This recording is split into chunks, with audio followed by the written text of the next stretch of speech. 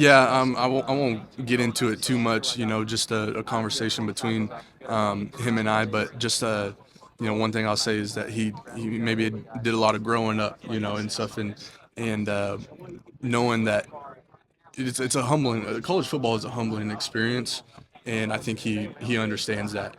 And I think the biggest thing that I've been impressed with him about the most, and I try to instill in him and like coach him up, is that not everything is going to be perfect. If if college football was meant to be perfect, then it'd be 120 to 120 at the end of the game. You know what I'm saying? Like it just every play would work that you draw up, but it's not like that. So I think that's the biggest thing for him is that not everything's going to be perfect, but just going out there and doing your best when your best is required.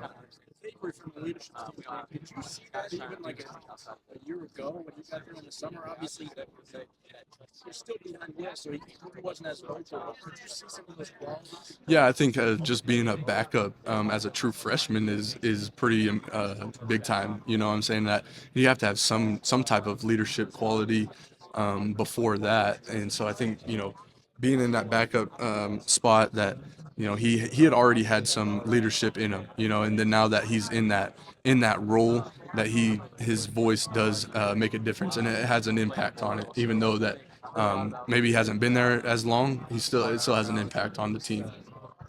So Western Kansas Yep. has been notorious for being purple.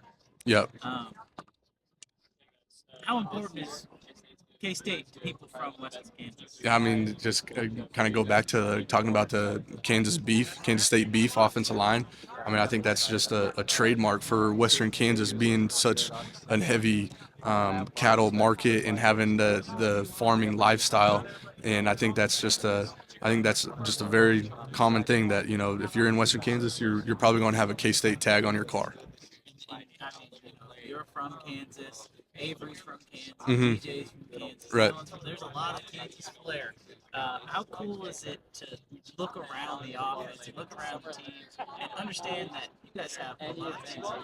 Yeah, I think it's just a testament to the type of players that we have in Kansas. That to not overlook the state of Kansas because we have so many guys that are great players. I mean, you look at Austin Moore, that he was a walk on, but nobody gave him a shot except for Kansas State. And then look at him what he's doing now, and just a great player. Same with Dylan Edwards and Avery. Highly recruited players, and they choose to come to Kansas State. I think so. It's just really cool to see guys that are in Kansas stay in Kansas. And especially at Kansas State. What does that say about the culture that Coach Lyman has developed? I think it's huge, that he's going to recruit the right guys into the program, and that if they're from Kansas, that's great. If not, we can go get other guys from other places.